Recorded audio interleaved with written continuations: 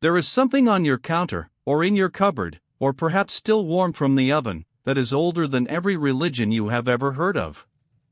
Older than the wheel. Older than written language.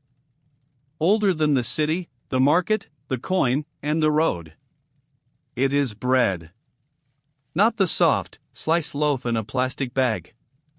Not the artisan sourdough in a paper sleeve. Something far more ancient than either of those, a flat, dense, slightly charred disk of grain and water, pressed together by hands that lived 10,000 years before anyone thought to write anything down. Pick up a piece of bread. Hold it for a moment. What you are holding is not simply food. It is the product of one of the longest experiments in human history, a slow, largely accidental discovery that transformed wandering people into farmers, farmers into villagers, villagers into cities, and cities into civilizations.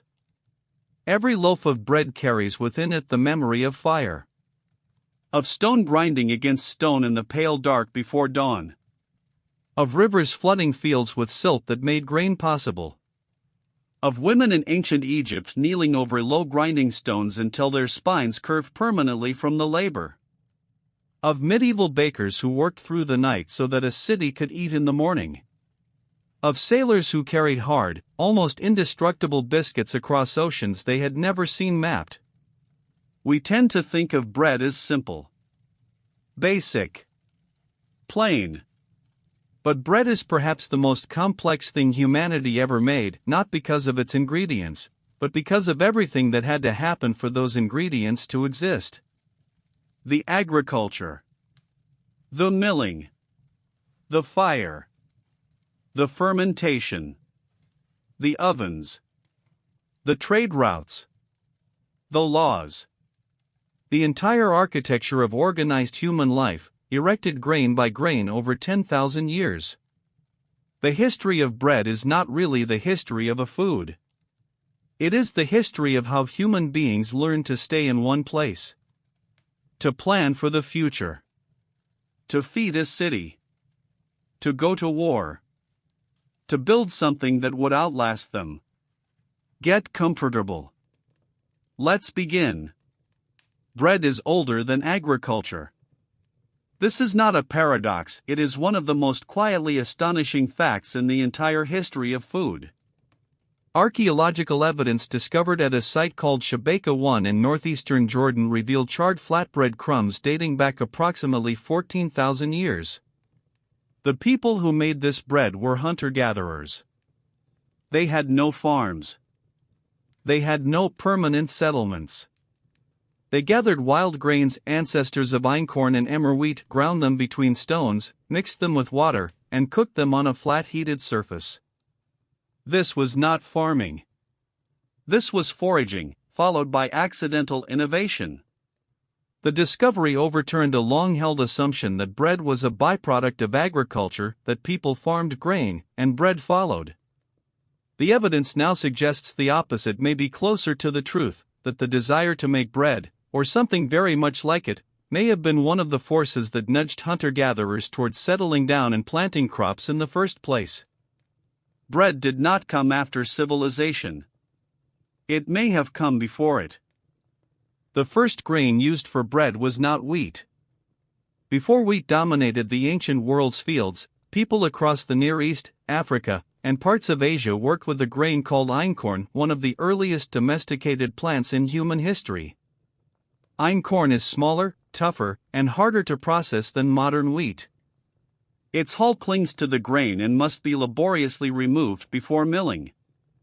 Yet it was this difficult, stubborn grain that formed the foundation of early bread making across the Fertile Crescent.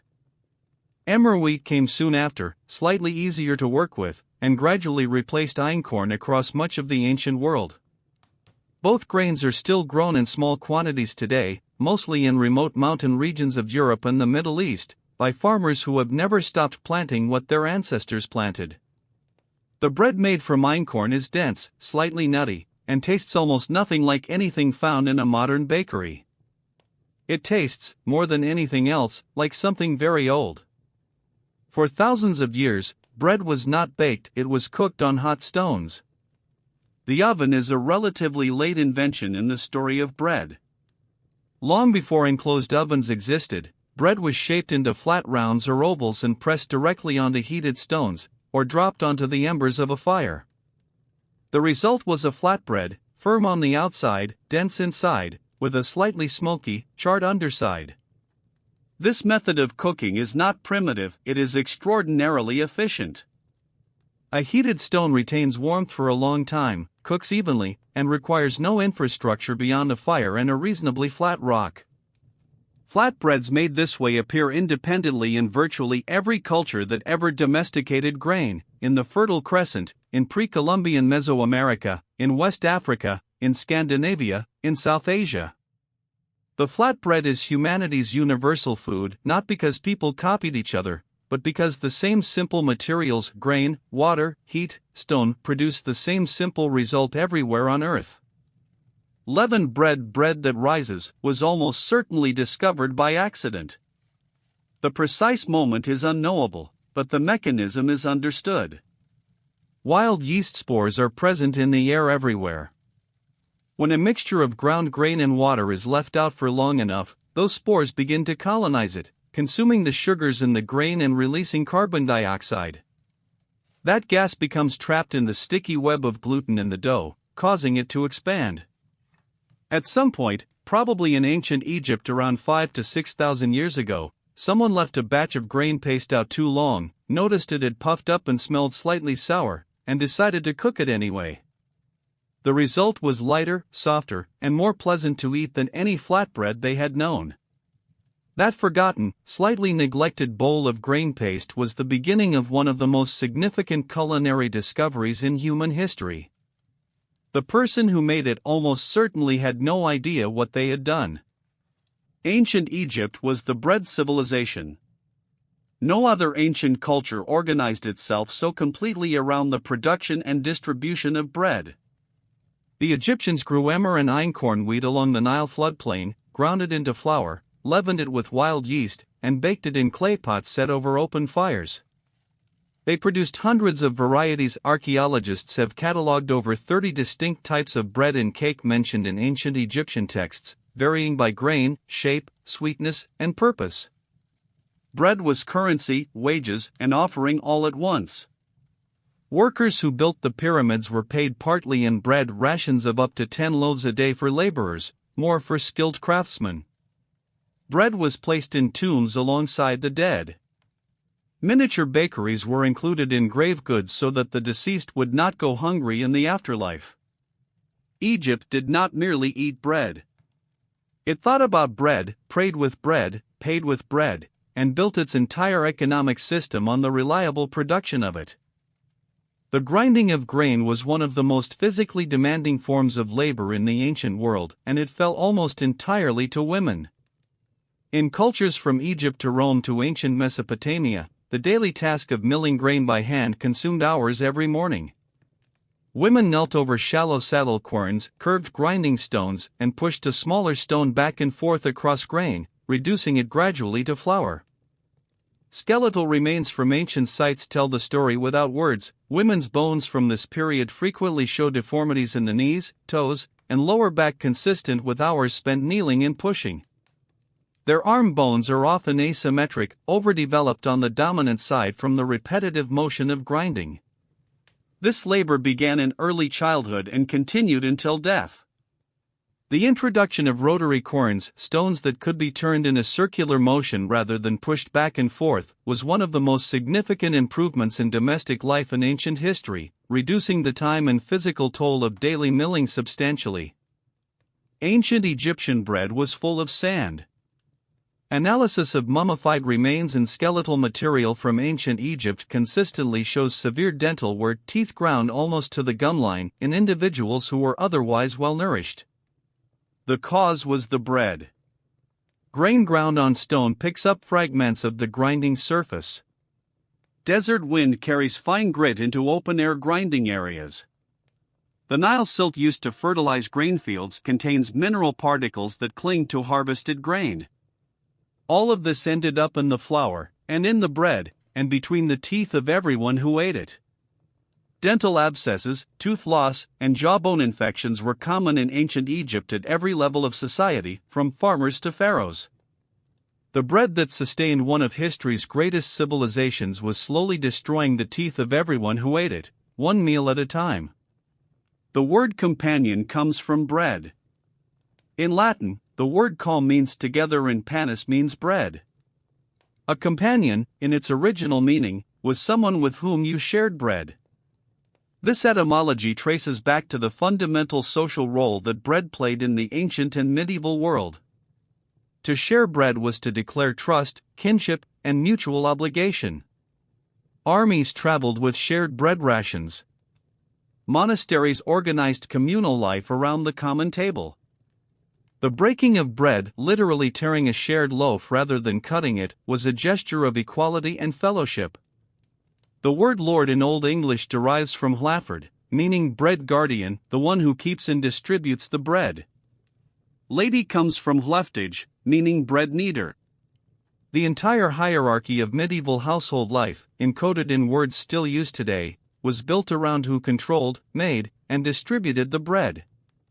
The Romans had a sophisticated baking industry that would not be equaled in Europe for over 1,000 years after the fall of Rome. By the height of the Roman Empire, the city of Rome had over 250 professional bakeries. These were not small operations, they were industrial facilities, equipped with large millstones turned by donkeys or slaves, wood-fired domed ovens capable of baking hundreds of loaves at a time, and organized labor forces. Roman bakers, pisters, formed one of the earliest known professional guilds in history. Bread was so central to Roman civic life that the government distributed free grain and later, free bread to hundreds of thousands of citizens in Rome itself, a program known as the Annona. When the Western Roman Empire collapsed in the 5th century, the baking infrastructure it had built largely disappeared. Professional baking in much of Europe retreated to monasteries and castle kitchens for centuries, and the urban bakery would not return to anything approaching Roman scale until the High Medieval period. Pompeii preserved an entire Roman bakery in extraordinary detail. When Vesuvius buried the city in 79 CE, it encased dozens of bakeries mid-operation. When archaeologists excavated these structures, they found millstones still in their positions, ovens with their domed interiors intact, bread molds on shelves, and most remarkably actual loaves of bread, carbonized by the heat but still recognizable in shape. One bakery, known today as the Bakery of Modestus, contained 81 loaves still sitting in the oven at the moment of the eruption. The loaves were round, scored across the top in a pattern still used by bakers today, and stamped with the baker's name, a common Roman practice, since bread was sold as a branded product. Those loaves sat in that oven for nearly 2,000 years. They are now in the Naples National Archaeological Museum. They are the oldest intact bread in the world. Sourdough starter is a living culture that can survive for extraordinary lengths of time. A sourdough starter is not an ingredient, it is an organism, or rather a community of organisms, wild yeast and lactic acid bacteria living together in a fermented mixture of flour and water. Unlike commercial yeast, which is a single cultivated strain, a sourdough starter contains dozens of microbial species whose balance shifts with temperature, flour type, and feeding schedule. Some starters in use today in bakeries across the United States and Europe are claimed to be over a century old, fed, maintained, and passed down through generations of bakers. The oldest verified sourdough culture in regular use is held by a bakery in Bruges, Belgium, and dates to the 1840s. Whether a starter from that era retains its original microbial population or has been gradually replaced by environmental strains is a question microbiologists genuinely debate. But the tradition of maintaining a living culture, feeding it daily, keeping it warm, treating it almost as a dependent, connects modern bakers to a practice that began in ancient Egypt. Medieval bread was a social document. In medieval Europe, the type of bread you ate announced your place in the social order as clearly as your clothing. The finest bread, white, soft, made from sifted flour with most of the bran removed, was called manchet in England, and it was the bread of the wealthy. It required more grain to produce a smaller loaf, since so much of the grain was sifted away, making it expensive. Below that came cheat bread, made from less refined flour. Then maslin, a mix of wheat and rye. Then rye bread, dark and dense. At the bottom was horse bread, made from beans, peas, and whatever grain was cheapest, fed to the poor and, as its name suggests, to animals. A medieval person looking at a table could read the hierarchy of the household instantly from the bread alone. The lord's manchet. The steward's wheat. The servant's rye. The distinction between white and brown bread as a class marker persisted in European culture for centuries, right up until the 20th century, when nutritional science began to argue convincingly that the dark bread everyone had been avoiding was actually better for you. The assize of bread was one of the first consumer protection laws in history. In England in 1266, King Henry III issued the assize of bread and ale, a law that regulated the price, weight, and quality of bread sold by bakers. If a baker sold underweight loaves, the punishment was severe. The baker was tied to a sled and dragged through the streets with the offending loaf hung around their neck, so that everyone in the community could witness the disgrace. This practice was not occasional, records show it was enforced regularly. The law also set the price of bread in relation to the price of wheat, creating a sliding scale so that bread prices rose and fell with grain prices. The assize of bread remained in force in England, in various modified forms, for over 500 years.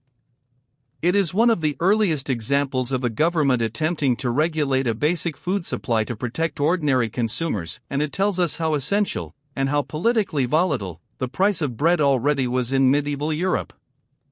Bread riots were among the most common forms of civil unrest in pre-modern Europe.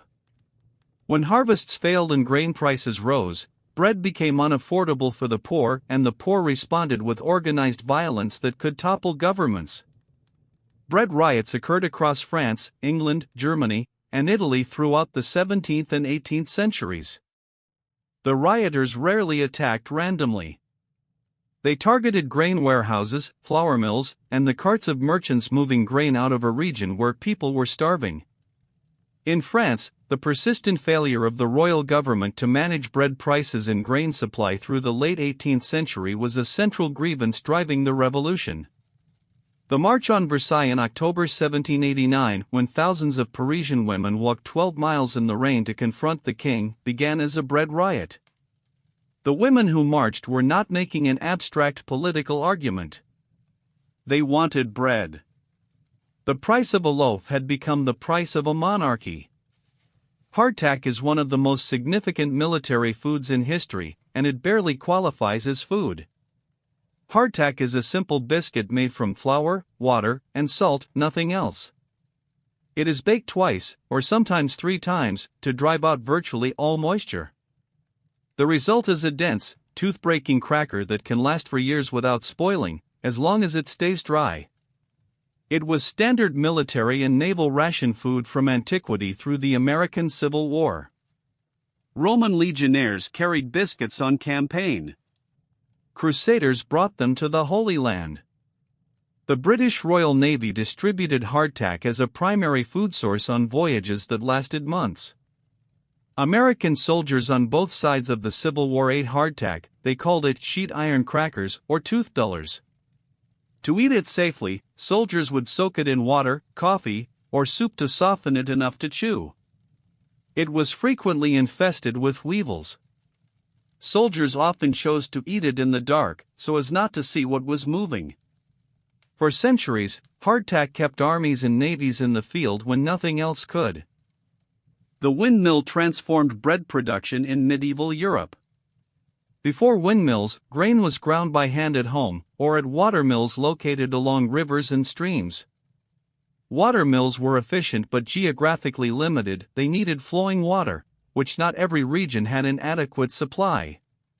When windmills appeared in Europe in the 12th century, likely adapted from designs seen during the Crusades in the Middle East, they offered something watermills could not: power anywhere the wind blew. The flat coasts of the Netherlands, the open plains of England, the exposed hilltops of France were suddenly viable milling locations. Windmills could grind grain faster and in greater quantity than any hand quern. Their introduction accelerated the growth of commercial baking, reduced the daily labor burden on rural households, and helped drive the population growth of the high medieval period.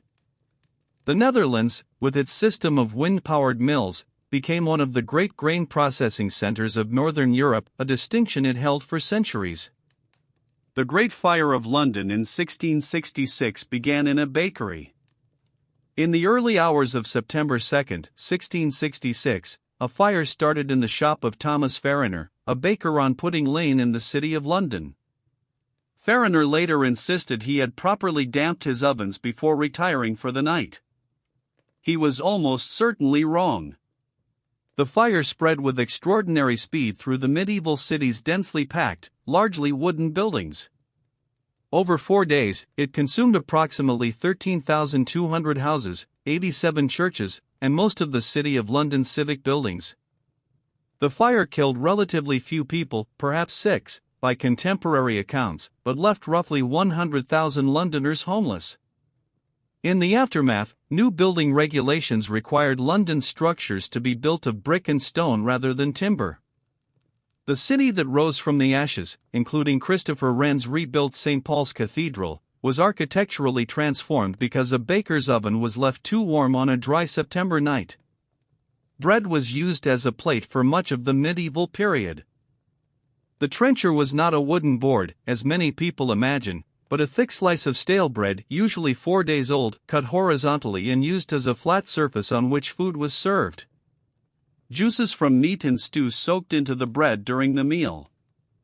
At the end of eating, the wealthy might feed their soaked trenchers to servants or the poor gathered outside the hall. Less wealthy households simply ate the trencher itself, soggy with the flavors of the meal. Wooden and ceramic plates were luxury items for most of the medieval period. The trencher was practical, edible, and required no washing. The word trencher survives in English in the term trencherman, a hearty eater, and in the French word trancher, to cut.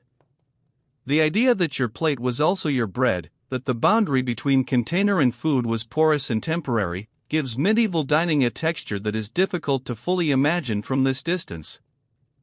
The introduction of the mechanical bread slicer changed American culture more than people realized at the time. The first commercially sliced bread was sold on July 7, 1928, in Chillicothe, Missouri, by the Chillicothe Baking Company, using a machine invented by Otto Frederick Rohwedder. The phrase, "the best thing since sliced bread," entered the English language almost immediately and has never left it. But the cultural impact went deeper than convenience. Pre-sliced bread required a new kind of packaging, the wrapped loaf in a bag, which transformed bread from a product bought loose at a bakery counter into a standardized, shelf-stable commodity. This packaging, in turn, created the modern grocery store model of bread retail. It shifted purchasing habits from daily visits to neighborhood bakeries toward weekly shopping trips. It contributed to the gradual decline of independent bakers and the rise of industrial bread production. The bread slicer did not just change how Americans cut their bread. It changed how they shopped, how they ate, and eventually how they thought about food. During World War I, bread became a weapon of war. The British naval blockade of Germany from 1914 to 1919 was designed to cut off German access to imported food, and bread was the primary target. Germany imported a substantial portion of its grain before the war, and when imports stopped, the government was forced to introduce bread rationing, substitute grains, and eventually fillers. By 1916 and 1917, German war bread, Kriegsbrot, contained a mixture of rye, potato flour, sawdust, and ground straw. The caloric shortage caused by the blockade contributed to a civilian death toll of several 100,000 people, from malnutrition and related illness. The systematic deprivation of bread to an entire civilian population was deliberately strategic. The blockade worked partly because the British understood, as every empire before them had understood, that bread was not merely one food among many. It was the food. The one without which everything else eventually failed.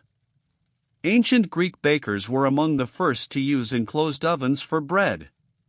While flatbreads cooked on hot stones remained common throughout the ancient world, Greek bakers developed clay ovens, domed structures in which a fire was lit, allowed to burn down to coals, and then swept out, with the retained heat of the clay used to bake bread in the enclosed space. This technique, the principle behind the wood-fired bread oven that still exists in artisan bakeries today, produced a loaf unlike anything achievable on an open stone. The enclosed dome trapped steam from the bread itself during baking, creating a moist interior and a crisper, thinner crust. Greek bakers became so skilled that by the classical period, Athens had professional bakeries supplying the urban population, and Greek baking techniques spread across the Mediterranean world as Greek trade and colonization expanded. The Roman bakers who later built their own industrial ovens were, in significant ways, building on what the Greeks had developed. Rye bread sustained northern Europe for most of its history. Wheat, which dominates modern bread culture, requires specific growing conditions, moderate rainfall, temperate climate, fertile soil. Rye asks for far less. It tolerates cold, poor soil, and wet climates that would kill a wheat crop. In the forests and plains of medieval Germany, Poland, Scandinavia, and Russia, rye was the grain that grew reliably when wheat could not. Rye bread is dense, dark, and slightly sour, properties that come from the fermentation process required to make rye dough workable. It keeps for much longer than wheat bread, which made it invaluable for long winters, military campaigns, and sea voyages. The dark, heavy loaves of Northern European bread tradition, pumpernickel, rugbrod, borodinski, are not a cultural preference. They are the physical record of which grain would grow in which soil. The bread culture tells you, more precisely than almost anything else, where they lived and how cold their winters were. Ergotism, a disease caused by fungal contamination of rye, may explain some of the most dramatic episodes in European history. Ergot is a fungus that infects rye grain in wet, cool conditions. When contaminated grain is milled into flour and baked into bread, the fungal compounds survive the heat and are consumed with the bread. The effects are severe: convulsions, hallucinations, burning sensations in the limbs, and in serious cases, gangrene. Medieval outbreaks were called St. Anthony's fire, named for the intense burning pain sufferers described. Entire villages could be affected simultaneously when a contaminated grain supply was milled and distributed. Some historians have suggested that the Salem witch trials of 1692 may have been partly triggered by ergotism, the afflicted girl's convulsions and visions being consistent with ergot poisoning, and the timing and location matching conditions in which ergot would thrive. The diagnosis remains debated. But the possibility that a fungus in rye bread, the most ordinary of foods, contributed to a series of executions is one of history's more quietly unsettling threads. The monasteries of medieval Europe were the great bakers of their age. As Roman bread-making infrastructure collapsed after the 5th century, the preservation of baking skill and grain management fell largely to the monastic communities that continued to maintain organized agriculture and record-keeping across Europe. Monasteries were large, self-sufficient communities that needed to feed dozens or hundreds of people reliably throughout the year. They maintained bakeries, grain stores, and milling equipment. They experimented with different grains and fermentation methods. Benedictine monasteries across France, Germany, and England developed baking practices that influenced the entire regional food culture around them. Many of the oldest bakery traditions in Europe, the dense sourdough loaves of certain French regions, the particular rye breads of German abbeys, traced their lineage directly to monastic baking of the early medieval period.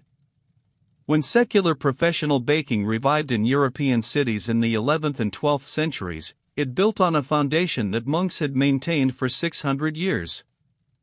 Bread played a central role in the economy of ancient Mesopotamia. Clay tablets inscribed with cuneiform script, some of the earliest written records in existence, include grain accounts, bread rations, and bakery records from Sumerian and Babylonian cities. In the city of Ur around 2000 BCE, Workers on state construction projects were issued daily rations that included specific quantities of bread, beer, and oil. These rations were carefully calibrated by the size and nature of the work. Children received less than adults, supervisors more than laborers. The records are extraordinarily precise, not rough estimates but careful accounting. Grain was the currency that ran the Mesopotamian state economy, and bread was its most processed, most portable, most tradable form. The bureaucratic infrastructure that ancient Mesopotamia built to track grain production, storage, and distribution was among the most complex administrative systems in the ancient world. In a very real sense, the world's first bookkeeping was bread bookkeeping. The pilgrims who crossed the Atlantic on the Mayflower brought grain seed with them and nearly starved anyway. The group that arrived in Plymouth in November 1620 had planned to grow wheat and rye in their new settlement. What they found was a climate and soil regime that was different enough from England that their first plantings largely failed. The wheat and rye they had brought struggled in New England's soil and timing. It was only through contact with the Wampanoag people, who introduced the colonists to maize, that the settlement survived. Maize produced a different kind of bread, cornbread, denser and coarser than wheat bread, with a shorter shelf life but a remarkable adaptability to American growing conditions. The shift from wheat to corn was not a choice. It was a survival strategy. And it produced a bread culture in North America that diverged significantly from its European origins, a divergence that still defines the difference between American and European bread traditions today. The invention of roller milling in the 19th century fundamentally changed the nature of bread and may have made it less nutritious. For most of history, flour was produced by grinding whole grains between stones. Stone milling crushes the entire grain, the starchy endosperm, the fibrous bran, and the nutrient-dense germ into a rough mixture. Sifting removes some of the bran, but the germ's oils and nutrients remain in even refined stone-ground flour, giving it a limited shelf life because those oils eventually go rancid. When steel roller mills appeared in the 1870s and 1880s, they could separate the components of the grain far more completely than stone mills ever could. Pure white flour, consisting almost entirely of the starchy endosperm, stripped of bran and germ, could be produced at industrial scale. This flour was white, fine, stable, and could be stored for months without spoiling. It was also significantly lower in fiber, vitamins, and minerals than whole-grain flour. The whiter, softer bread that resulted was initially celebrated as a sign of progress. The health consequences of stripping bread of most of its nutrition took decades to become visible. Bread was so important to the Roman army that legions were issued their own portable grinding equipment. Roman soldiers, milites, were required to carry their own grain rations, and for much of the Republic and early Empire, they were expected to grind and bake their own bread on campaign. Each contubernium, a unit of 8 soldiers who shared a tent, was issued a hand mill. Baking was done communally over a campfire, producing flat, unleavened or minimally leavened bread that could be made quickly when the army halted for the night. The logistics of feeding a Roman army on campaign were staggering. A single legion of 5,000 men consumed approximately 4 tons of grain per day. Moving that grain, by wagon, by river, by pack animal, was a military operation in itself, requiring supply lines stretching hundreds of miles. The Romans were the first to systematize military food supply at this scale, and bread was the center of the system. Their armies marched on their stomachs, as the saying goes, and what was in their stomachs was almost always bread. The French baguette was born partly from a labor law. The long, thin shape of the classic French baguette is so iconic that it seems as if it must have ancient origins. In fact, the baguette as it is known today, the slender, crisp-crusted loaf of roughly 60 centimeters, is largely a 20th century invention. One significant factor in its shape was a Parisian law passed in 1919 that prohibited bakers from working before 4 in the morning. This made it impossible to produce traditional round loaves, which require long fermentation and shaping times, in time for the morning breakfast hour. A longer, thinner loaf bakes much faster than a round one. By elongating their loaves, bakers could start later and still have fresh bread ready when Parisians sat down to breakfast. The baguette's shape is elegant, instantly recognizable, and now protected by French law, but it emerged, in significant part, from a compromise between baker welfare and bread delivery. Bread could diagnose illness in ancient Egypt. Egyptian medical papyri, including the Ebers Papyrus, dating to around 1550 BC, described the use of moldy bread as a topical treatment for infected wounds. The Egyptians had observed empirically, over centuries of practical medicine, that something in the mold that grew on bread seemed to prevent or reduce wound infection. They did not know about bacteria, fungi, or antibiotics. They knew only what they could observe. Wounds treated with moldy bread seemed to heal better and with less festering than untreated wounds. The active compound in the molds they were using was almost certainly a primitive form of penicillin-like antibiotic, produced by Penicillium mold species that colonize bread. When Alexander Fleming formally discovered penicillin in 1928 by observing a mold-killing bacteria in his laboratory, he was rediscovering, 3,000 years later, something Egyptian physicians had been quietly applying to wounds without ever understanding the mechanism behind it. The price of bread determined the fate of medieval cities. In cities without reliable access to grain supply, the cost of a loaf of bread could swing violently with each harvest. A wet summer that rotted the crop, a drought that shriveled it, a military blockade that closed the roads, any of these could double or triple the price of bread within weeks. Medieval city governments understood this terror perfectly. Most major European cities maintained public grain stores, strategic reserves kept specifically to stabilize bread prices during shortages. Some cities, like Florence and Venice, operated networks of grain agents across the Mediterranean, buying and shipping grain from as far as North Africa and the Black Sea coast to ensure their citizens could eat. The political survival of a medieval government depended, more than almost any other single factor, on keeping bread available and affordable. When they failed, the crowds that gathered in the market square were not asking questions. They were making a demand. Bread baking was one of the first industries to be regulated for public safety. The risks of professional baking were specific and understood: fire in densely packed cities, adulterated flour, short-weight loaves. Medieval European cities developed detailed guild regulations governing who could bake, what ingredients could be used, and how much a loaf must weigh for a given price. In England, bakers caught adulterating their flour with chalk, ground beans, or sawdust faced heavy fines or public humiliation. The fear of adulteration was not paranoid, it was entirely justified. Unscrupulous bakers regularly substituted cheaper materials for flour when they could do so undetected. In times of grain shortage, adulterants could be genuinely dangerous. The regulation of bread quality was not merely economic oversight, it was public health policy, conducted by institutions that had no scientific understanding of what they were doing but an extremely practical grasp of what happened when bread was bad. The shape of a loaf historically communicated information. Before widespread literacy, visual markers served functions that text could not. Bread shapes in the ancient and medieval world were not arbitrary, they communicated type, quality, baker, and purpose. Roman bakers stamped their loaves with identifying marks. Medieval English bakers used distinctive shapes that customers could recognize even when they could not read. Bread made for religious ritual was shaped differently from bread made for daily eating.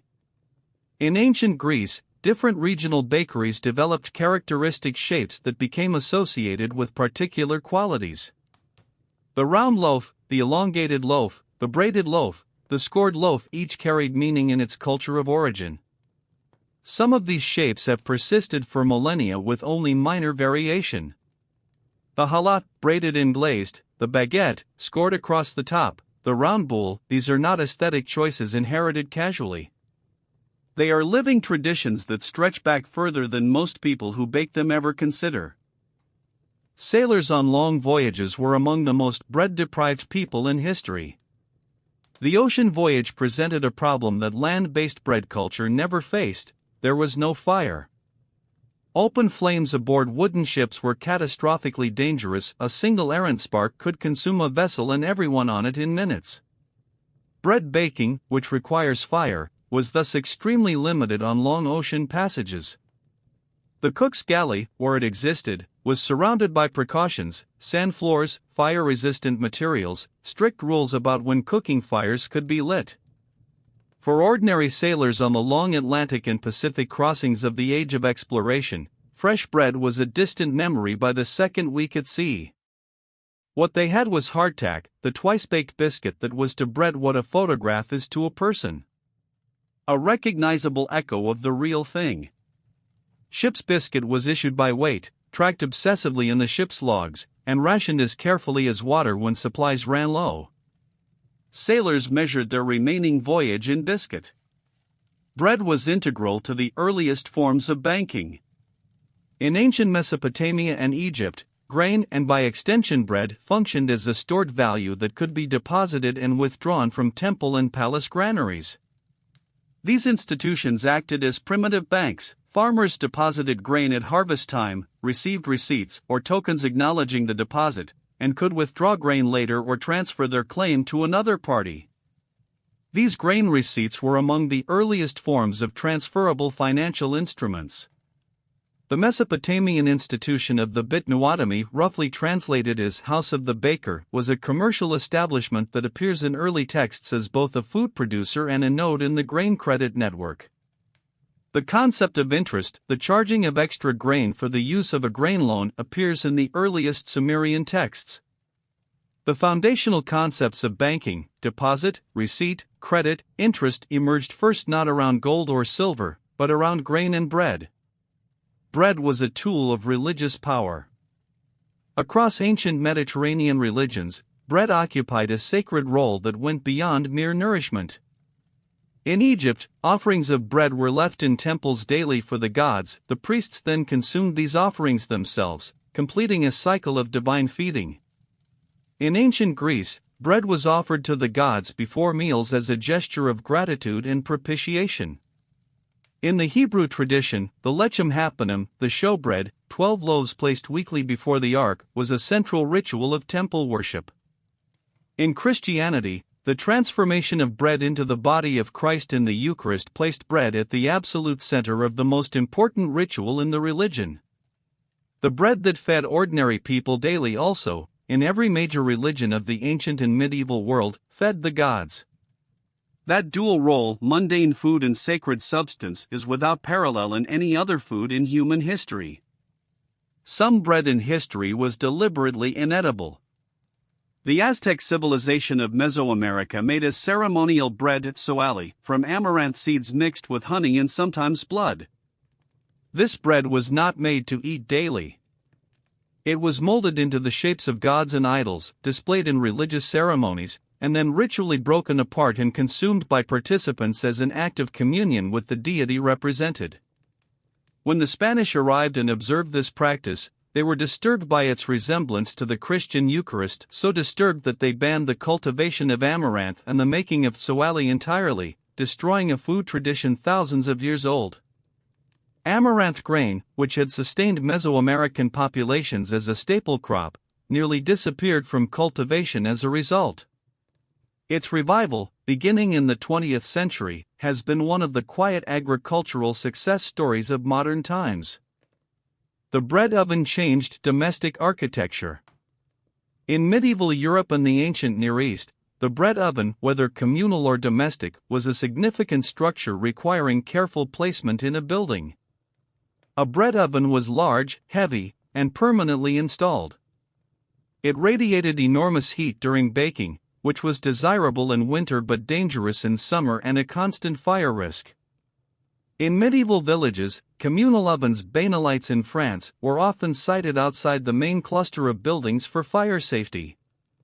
Every family in the village paid a fee to the lord for the right to use the communal oven to bake their bread, typically 1 day per week. This arrangement, the droit de bainalite, was one of the many mechanisms by which medieval lords extracted income from the people who lived on their land. The oven was not just a cooking appliance. It was a piece of infrastructure tied to property, taxation, and social control. Bread color was a source of deep cultural anxiety in early modern Europe. The desire for white bread made from finely sifted, bran-free flour was so intense across European society that it functioned almost as a status obsession. White bread was more expensive to produce, required more grain, and spoiled faster than dark bread. It offered no practical advantage over whole grain bread and was, as we now know, significantly less nutritious. But it was the bread that powerful people ate, and that simple association made it the bread that everyone else wanted. Medical writers and moralists of the 16th and 17th centuries cautioned their readers that white bread was soft and wet and difficult to digest, that it produced bad humors and weakened the constitution. They were ignored. The aspiration for white bread persisted regardless of advice to the contrary, and the Industrial Revolution, by making white flour cheap and abundant, finally made that aspiration possible for nearly everyone, which is why the average Western diet shifted so dramatically toward refined grain products in the 20th century. Flatbread is the oldest continuously produced food product in human history. The flatbreads eaten today in Lebanon, Iran, Ethiopia, Mexico, and India are not modern foods. They are direct, essentially unchanged descendants of breads baked thousands of years ago, using the same grains, the same grinding methods, the same hot stone cooking. The lavash of Armenia, baked in a clay tandoor oven sunk into the ground, follows a process documented in that region for at least 3,000 years. The injera of Ethiopia, made from teff grain fermented until sour and then poured onto a large clay griddle, follows a process that predates written records in the Ethiopian highlands. The corn tortilla of Mexico, made from nixtamalized maize grain soaked in an alkaline solution before grinding, follows a technique developed by Mesoamerican peoples at least 3,500 years ago. When you eat flatbread of any kind, you are eating something whose recipe has been passed down, hand to hand, generation to generation, for longer than most human institutions have existed. The word salary may be connected to bread, through salt. The claim that Roman soldiers were paid in salt and that this is the origin of the word salary is widely repeated and only partially accurate. The word salarium in Latin does appear to be connected to sal, meaning salt. But Roman soldiers were paid in actual coin, not salt. What the salt connection likely refers to is a salt ration, an allowance for purchasing salt that was either provided or funded as part of a soldier's pay.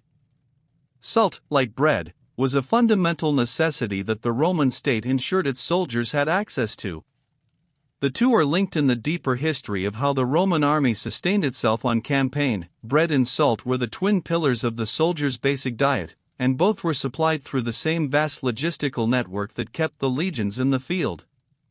Whether the salary-salt connection is linguistically precise or not, the cultural reality it points to is accurate. The Roman military ran, in significant part, on bread and the salt that made it. Bread staling is not drying, it is a transformation at the molecular level.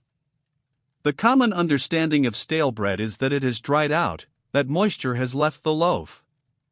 This is incorrect.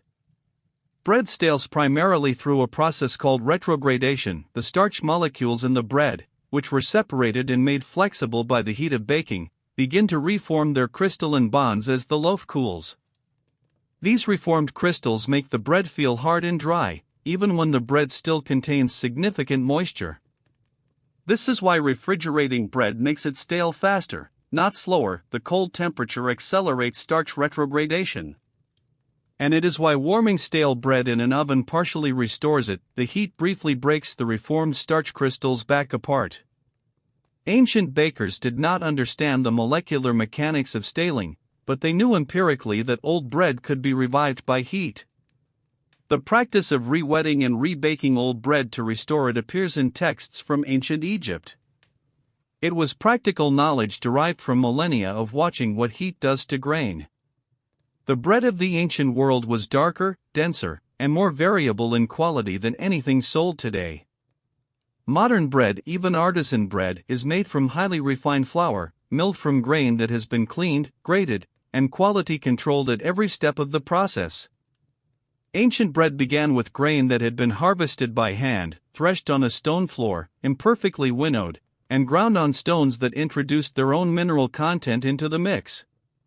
The resulting flour contained varying proportions of bran, germ, straw, dirt, and stone particles. Baked at variable temperatures without thermometers or timers, in ovens or on stones whose heat could not be precisely controlled, ancient bread was different every time it was made. Its color ranged from pale yellow to dark brown. Its texture ranged from gummy to crumbly. Its flavor varied with the grain, the grinding, the fermentation, and the fire. The consistency that modern consumers expect from bread, the same texture, same color, same flavor every time, is an entirely industrial invention, barely 100 years old. Bread played a role in navigation. In the age of sail, one of the practical methods used to estimate a ship's remaining provisions was a careful inventory of the ship's biscuit. A skilled purser, the officer responsible for a ship's supplies, could calculate the vessel's remaining endurance at sea from the weight and condition of the bread stores. Bread thieves in medieval Europe faced extraordinary punishment. In a world where bread was the primary source of calories for the majority of the population, stealing bread was not treated as a minor offense. Medieval legal codes across Europe prescribed punishments that ranged from heavy fines to branding, whipping, and in some jurisdictions, the loss of a hand. The severity reflected the moral and practical weight of the crime. To steal bread from someone was, in conditions of scarcity, potentially to condemn them to hunger. Courts and legal commentators of the period occasionally noted a tension between the harshness of punishment and the desperation that typically drove bread theft. The thief who stole because they were starving occupied an uncomfortable place in the moral framework of a society that took both private property and Christian charities seriously. The tension was rarely resolved cleanly. Punishment was usually applied. But the records of the courts show, in their repetition, how regularly ordinary people were driven to steal the most basic of foods. The history of bread is inseparable from the history of fire management. Bread requires controlled heat, not the unconstrained heat of a burning forest, but the precise, managed heat of a maintained fire. Learning to manage fire well enough to bake bread reliably was a technological challenge that took thousands of years to solve incrementally. The transition from baking on open coals to baking in a covered clay pot, from baking in a clay pot to baking in a permanent stone oven, from baking in a stone oven to baking in a domed brick oven with a regulated flue, each step represented a refinement in fire control that produced better bread and required greater investment in infrastructure. The baker was, among other things, a specialist in fire. The craft knowledge of how to build a fire that reached the right temperature, how to read the heat of an oven by holding your hand inside it, how to manage the draw of a chimney to sustain the right burn, this knowledge was passed from baker to baker over generations, and it was as important to the craft as knowing how to mix dough. A single innovation, the addition of fat to bread dough, transformed baking across cultures. Bread made from flour and water alone is dense, chewy, and relatively hard. The addition of fat, oil, butter, lard, rendered animal fat changes the structure of the gluten network in the dough, producing a softer, more tender crumb that holds moisture better and keeps longer. The discovery of this effect appears independently across many cultures at roughly the stage when they had achieved reliable access to both grain and animal fats. Egyptian bread sometimes included oil. Roman soldiers' bread incorporated small amounts of olive oil. Medieval European enriched breads used butter or lard. The addition of fat also extended the range of what bread could become, from a plain staple to a rich, almost cake-like food. The brioche, the challah, the croissant, the soft dinner roll, all of these are, at their core, the result of adding more fat to what began as a simple grain and water paste. The history of enriched bread is the history of surplus of cultures that had enough butter, enough oil, enough lard, to spare some for the bread. Corn and maize was the grain that fed the Western Hemisphere for thousands of years before wheat arrived. While wheat shaped the civilizations of the Old World, maize shaped those of the Americas. The Olmec, Maya, Aztec, and Inca civilizations were built on corn, a grain first domesticated in southern Mexico from a wild grass called teosinte approximately 9,000 years ago. Cornbread in pre-Columbian America took many forms: tortillas, tamales, atole, pozole. The nixtamalization process, soaking corn in an alkaline lime solution before grinding, was developed independently in Mesoamerica and is one of the most significant culinary innovations in food history, as it unlocks nutrients in corn that are otherwise unavailable to the human digestive system. Populations that adopted corn without nixtamalization later developed pellagra, a serious niacin deficiency, because they missed this critical step. The difference between healthy and unhealthy corn-based diets across centuries of history often came down to a single chemical process that the original cultivators had known for millennia. The professionalization of baking created some of the earliest known labor disputes. In ancient Rome, the Bakers' Guild, the Collegium Pastorum, became so powerful and organizationally sophisticated that it began to operate almost as a state within a state. Bakers were exempt from certain taxes, were forbidden from abandoning their trade or transferring their property without state permission, and had their profession made hereditary under later emperors. Sons of bakers were required by law to become bakers themselves. The Roman state recognized that bread production was too essential to public order to be left entirely to market forces. But this also meant bakers were effectively bound to their profession in a way that other craftsmen were not. The tension between the essential nature of bread and the freedom of those who made it runs through guild records from ancient Rome through medieval Europe to the early modern period, a slow, recurring argument about whether people could be compelled to practice the trade that fed cities, and at what cost. Bread was used as a medium of artistic expression long before it was used as a medium of protest. In medieval and early modern Europe, decorative bread, elaborate loaves shaped and colored for festivals, weddings, and holy days, was a recognized art form. German Christstollen, braided Easter breads, harvest loaves shaped like sheaves of wheat or small animals, these were not casual decorations but skilled productions that demonstrated the baker's craft. In some regions, the quality of a family's festival bread was a matter of social status.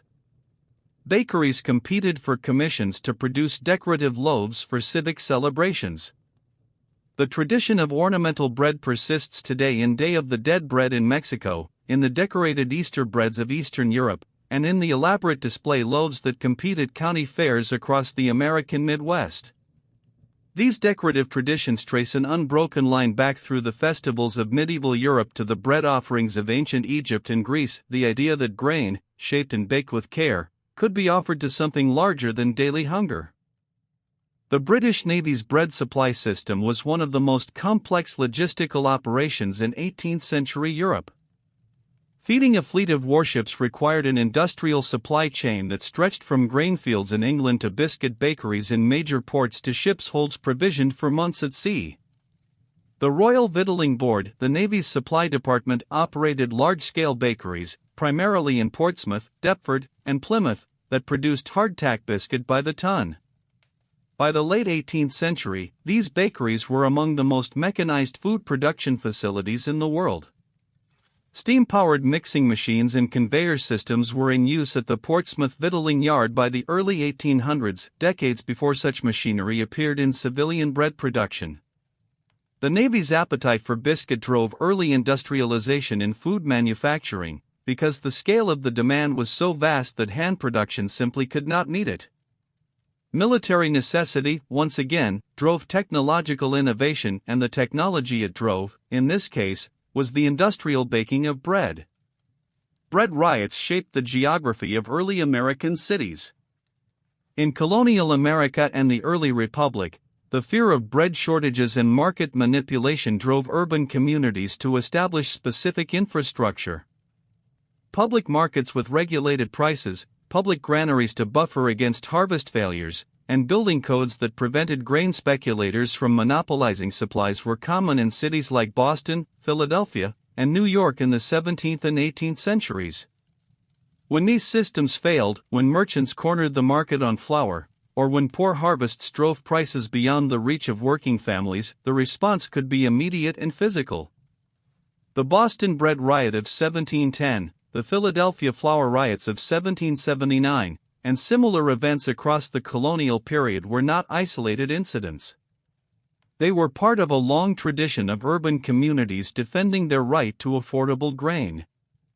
The political culture of early American cities was shaped, in part, by the memory and fear of bread scarcity, a memory that had crossed the Atlantic from Europe and had not faded. The bread of ancient China was fundamentally different from the bread of the ancient Mediterranean.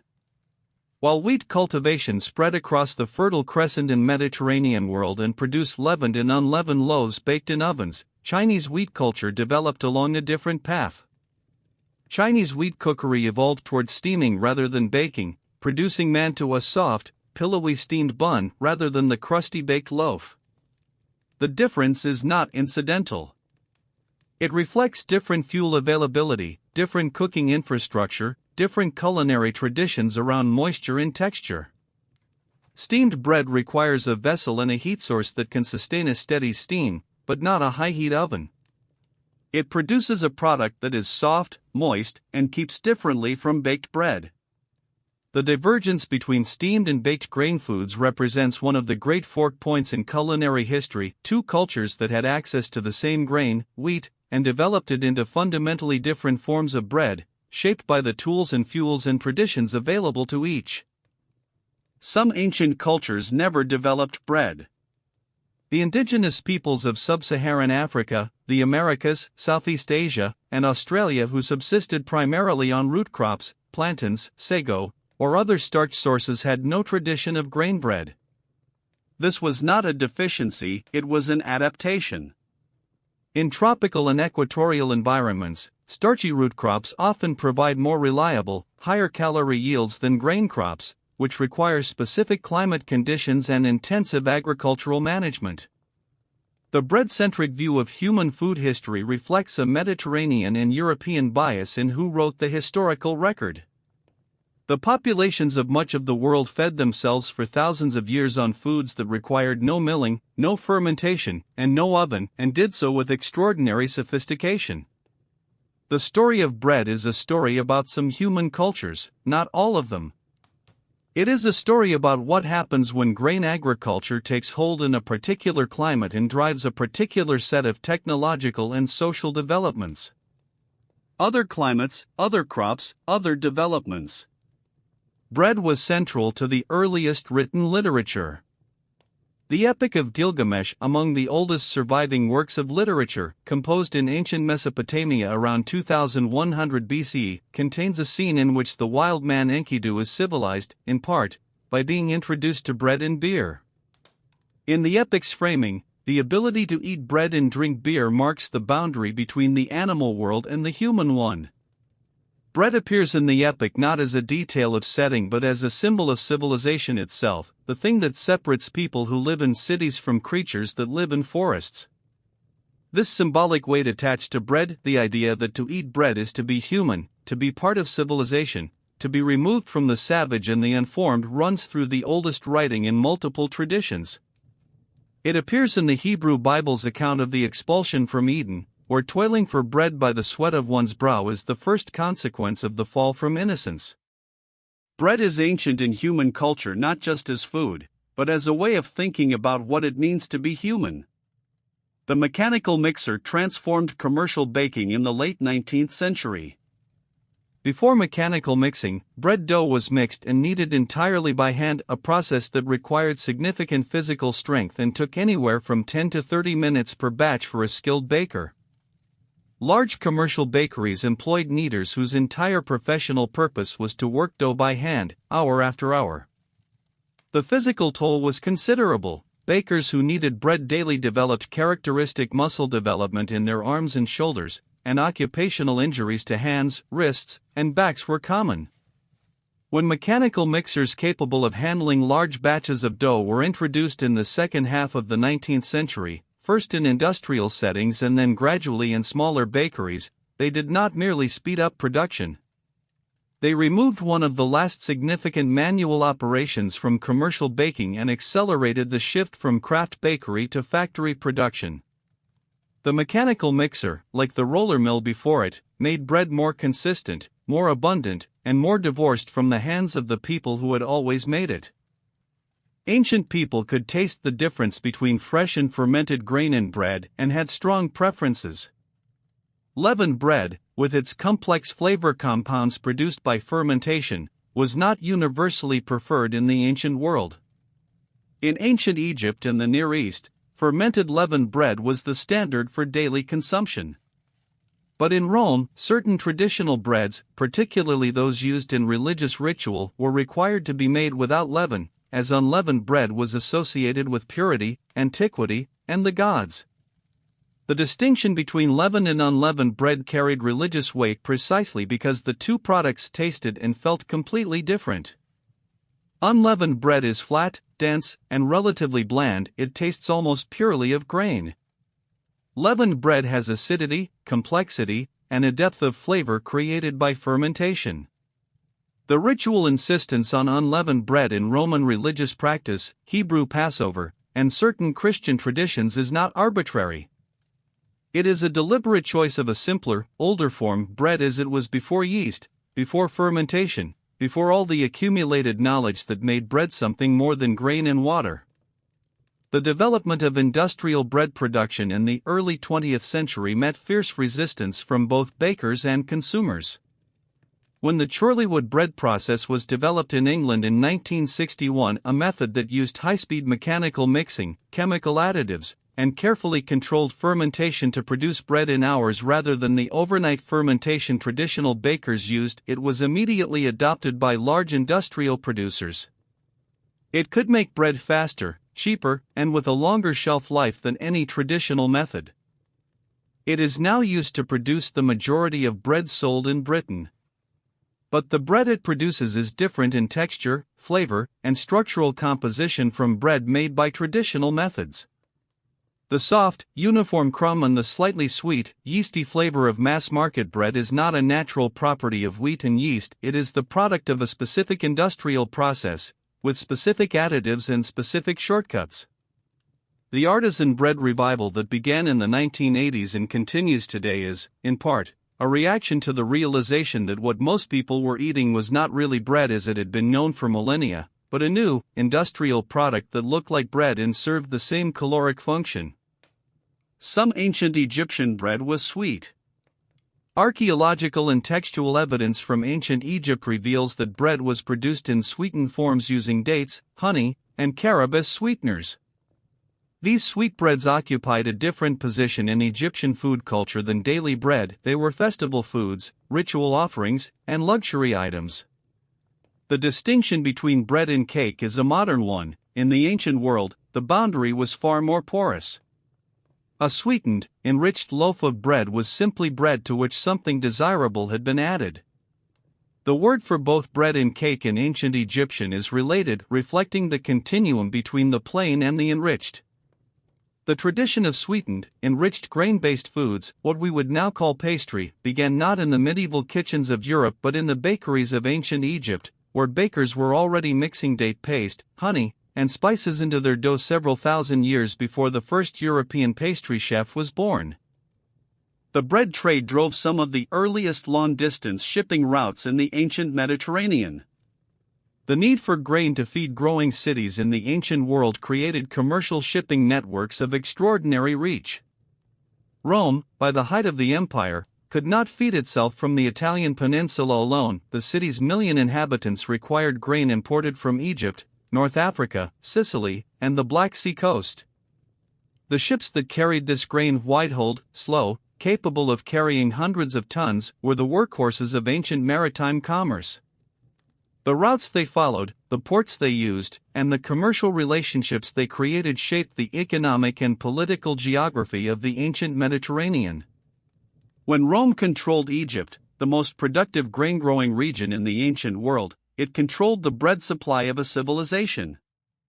The political significance of this was fully understood. When Rome lost control of North African grain supply in the 5th century CE, the consequences for the Western Empire's survival were severe and rapid. The map of ancient shipping is, in large part, a map drawn by bread. Bread has been found on the moon, in a manner of speaking. On March 23, 1965, astronauts Gus Grissom and John Young on the Gemini 3 mission discovered that Young had smuggled a corned beef sandwich aboard the spacecraft. The unauthorized food bred in zero gravity was a problem. Crumbs floating free in the cabin of a spacecraft could be inhaled, clog instrumentation, or create other hazards.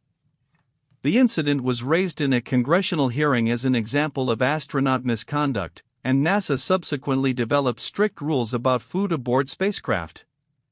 But it also accelerated the development of space food technology, leading to the creation of specially formulated food products that could be safely eaten in microgravity without producing dangerous crumbs. The solution for bread in space, eventually, was tortillas, flat, crumbless, no-crumb flatbreads that could be safely consumed in zero gravity. The oldest food in human history and the newest frontier of human exploration met, as so many things do, over the question of how to feed people far from home. The smell of baking bread is among the most psychologically powerful sensory experiences known.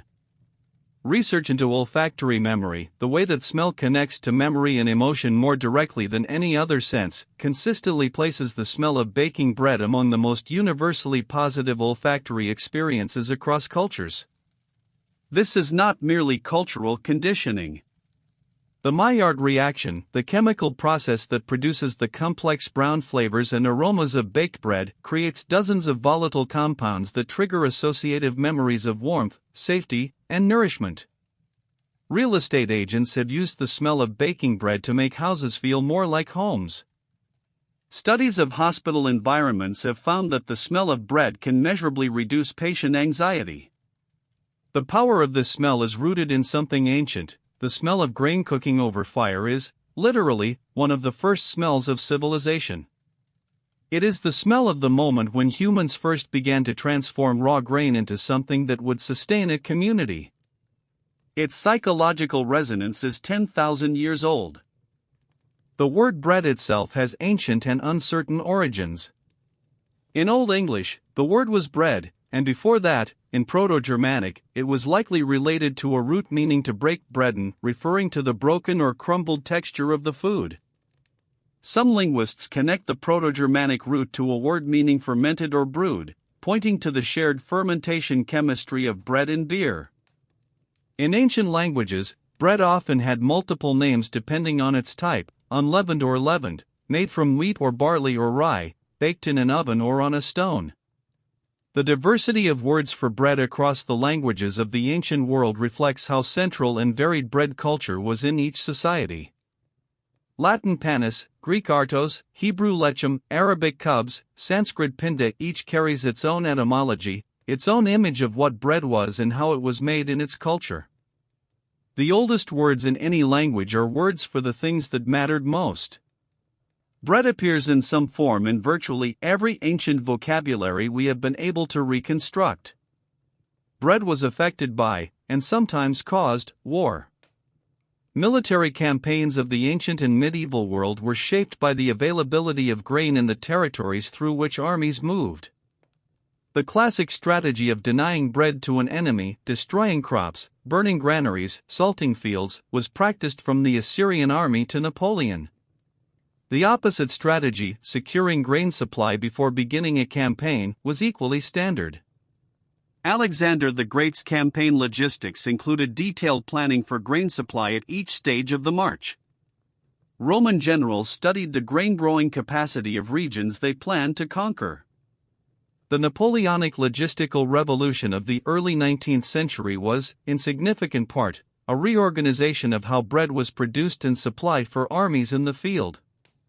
The connection between bread and military outcome was so well understood that any general who did not secure his bread supply before engaging the enemy was considered reckless. Armies that ran out of bread did not just go hungry, they dissolved. The British Corn Laws were among the most politically divisive legislation in 19th century history, and they were, at their core, a bread dispute.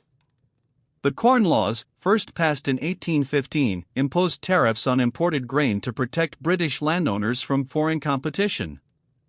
The effect was to keep the price of grain, and thus bread, artificially high, benefiting landowners and farmers while increasing the cost of the basic food for the urban poor and working class. The campaign to repeal the Corn Laws, led by Richard Cobden and John Bright through the Anti-Corn Law League, was one of the first modern political campaigns of the industrial age, using mass meetings, petitions, pamphlets, and election strategy to pursue a specific legislative goal. The Corn Laws were repealed in 1846.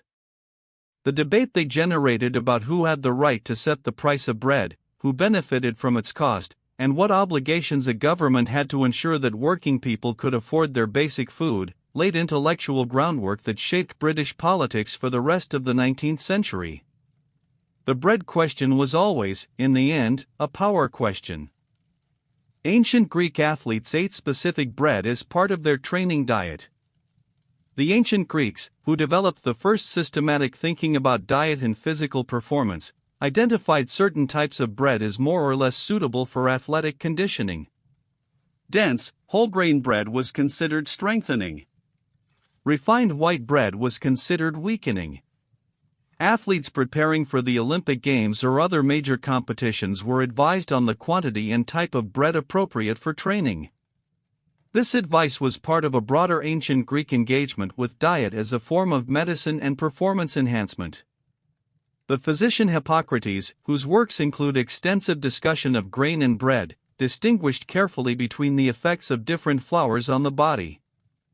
He observed, with reasonable accuracy, that whole grain bread passed through the body more quickly and produced different effects than refined bread. The ancient Greeks were not wrong about bread and health, they simply lacked the chemical vocabulary to explain why.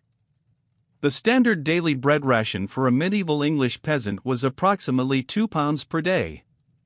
This enormous quantity, more than any modern person would consider eating, reflects the central role of bread in the medieval diet.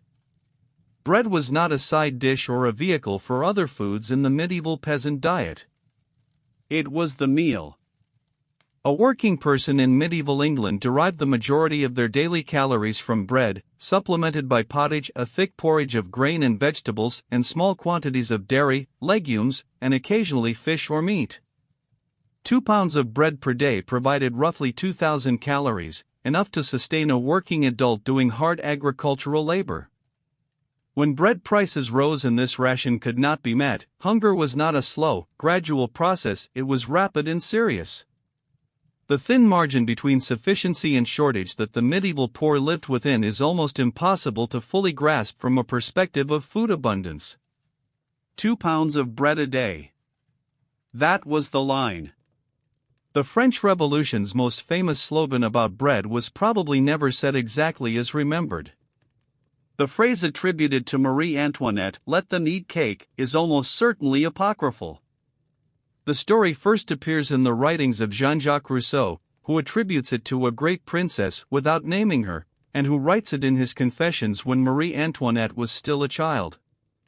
The phrase more likely represents a cultural archetype, the oblivious aristocrat unaware that the poor have no bread, rather than a real utterance.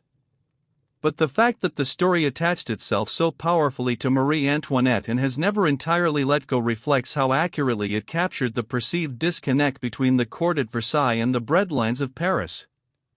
Whether she said it or not, the crisis it described was real. In the summer of 1789, bread prices in Paris had risen to the point where a working family might spend most of its daily income on a single loaf. The phrase was false. The bread shortage was not. Modern bread contains ingredients that would be unrecognizable to a baker from any previous century. The ingredient list of a typical mass-produced commercial loaf sold in the United States today includes not just flour, water, yeast, and salt, the 4 ingredients that have defined bread for 10,000 years, but also a range of additives: ascorbic acid to strengthen the dough, dough conditioners to make it easier to machine, emulsifiers to extend shelf life, calcium propionate to prevent mold, high fructose corn syrup to feed the yeast and provide sweetness, and soy flour or other supplements to improve the loaf's structure and nutritional profile. None of these additions are hidden, they are listed on every label. But they represent a fundamental transformation in what bread is. The loaf produced by these methods is consistent, safe, and shelf-stable in a way no traditional bread could be. It is also a food that no previous century of bakers would recognize as the thing they spent their lives making. The bread of the Siege of Leningrad is among the most documented bread in history. During the German Siege of Leningrad from 1941 to 1944, one of the longest and most devastating sieges in modern military history, bread became the city's central obsession. As food supplies dwindled and then collapsed, the city's bakeries began adding increasingly desperate fillers to the bread ration: cellulose, sawdust, bran, and industrial substitutes that had no nutritional value but added weight. The daily bread ration for non-working civilians fell at its lowest point to 125 grams, approximately the weight of a small dinner roll. People kept the cards that entitled them to this ration as their most precious possession. They sewed them into clothing, slept with them, guarded them against theft with vigilance they did not spare for anything else. The bread that Leningrad's bakeries produced in those years was not really bread by any standard definition. But it was called bread, and it was what stood between the people who received it and death. Approximately 800,000 civilians died in the siege, the majority from starvation. The 125-gram ration was not enough to keep most people alive. The grain harvest determined the rhythm of ancient life more completely than any calendar. In grain-growing cultures from Mesopotamia to Rome to medieval Europe, the agricultural year, planting, growing, harvesting, set the pace of everything else: when armies could march, when taxes were collected, when festivals were held, when marriages occurred. The harvest determined whether the year would be one of sufficiency or shortage, and in a world with minimal food storage technology and no global commodity markets, a bad harvest was not an economic event, it was a human catastrophe. The religious calendars of agricultural civilizations reflect this directly. The festivals of ancient Egypt were tied to the flooding of the Nile and the planting and harvest of grain. Greek festivals celebrated the goddess Demeter and the grain cycle. The Hebrew harvest festivals, Shavuot, Sukkot, are explicitly tied to the grain and fruit harvest. The Christian liturgical calendar carries its own residue of agricultural time. Lammas Day, August 1st, was the feast of the first grain harvest in the medieval English church, when the first loaf baked from the new harvest was brought to the altar as an offering. The bread year was the human year. Bread is one of the few foods that has a documented history of being used as a calendar. In some medieval European traditions, particular shapes or types of bread were baked on specific days of the religious and agricultural calendar: soul cakes for the Feast of All Souls, hot cross buns for Good Friday, harvest loaves for Lammas, special braided breads for Easter.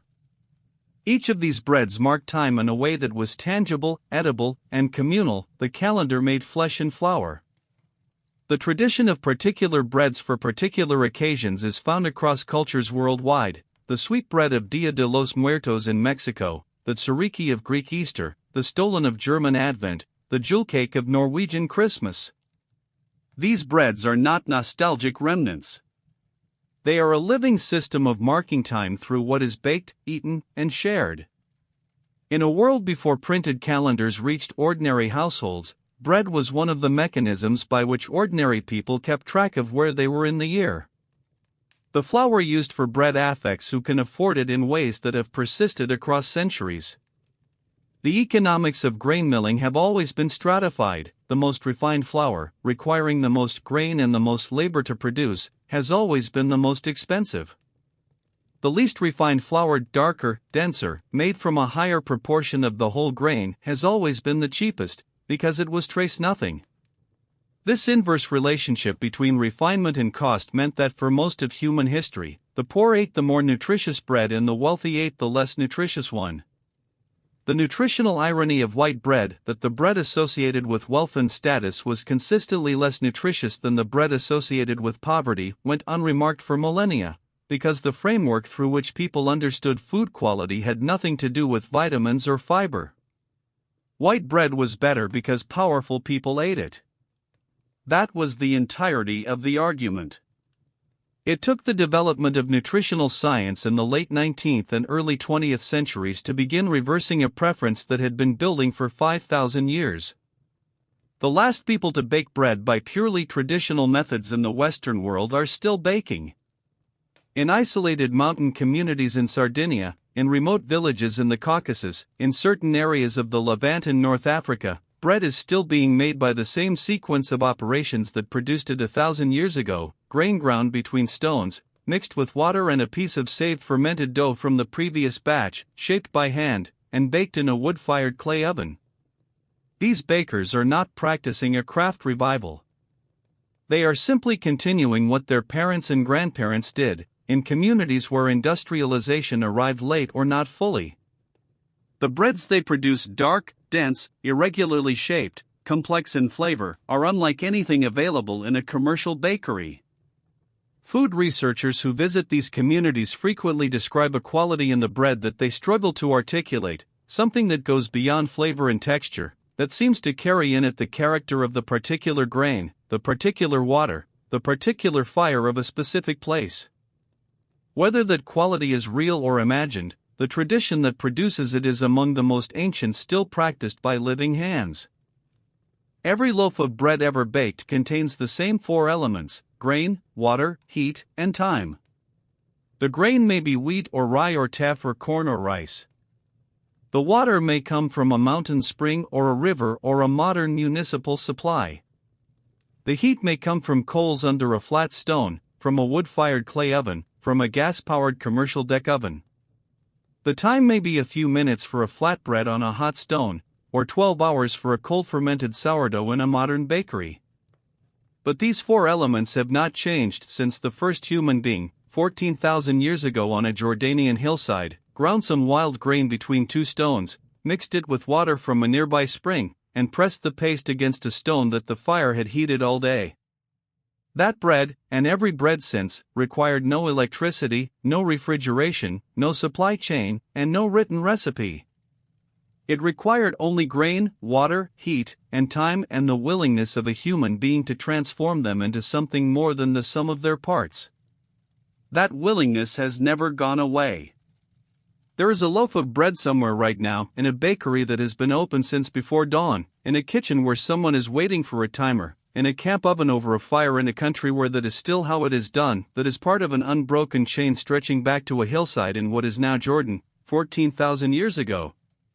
The person who made that first bread did not know what they were starting. They did not know they were inventing agriculture, or civilization, or the city. They did not know that their accidental experiment with grain and water and a heated stone would feed armies and fuel empires and cause revolutions and occupy the prayers of every religion that would ever exist. They were hungry. They had grain. They had fire. They made something. And everything followed. The bread in your kitchen, or on your counter, or cooling on a rack, that bread is not a simple thing. It is the physical result of 10,000 years of human knowledge about grain, about fire, about fermentation, about the management of heat and time. Every technique that produced it was developed by someone who had failed before and tried again. Every grain variety it contains was cultivated by farmers who lived and died without knowing your name or your century. The wheat that grew in the fields that became your flour was the descendant of grain first domesticated in the Fertile Crescent. The yeast that made it rise is the same species of organism that made Egyptian bread rise 5,000 years ago. The oven that baked it follows, in principle, the same physics as the clay oven of ancient Greece. Nothing about the fundamental process of making bread has changed. Only the scale. Only the speed. Only the distance between the field and the table. Hold a piece of bread for a moment before you eat it. Not as a ritual. Not with ceremony. Just for a moment be aware of what you are holding. Something ancient. Something ordinary. Something that has been present in every human civilization that ever fed itself well enough to leave a record. Something that is, in the deepest sense, why we are all still here. Sleep well.